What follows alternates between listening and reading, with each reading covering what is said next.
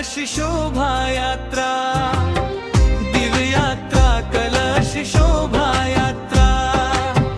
जय जय राधा रमण हरि बोल, जय जय राधा रमण हरि बोल।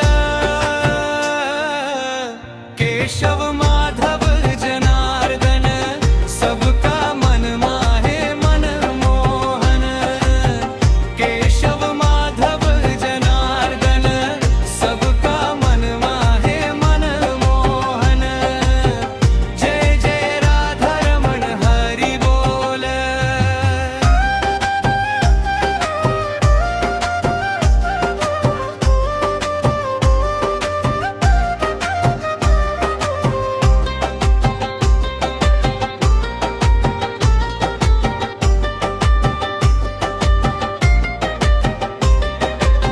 सबका मन माहे मन मोहन,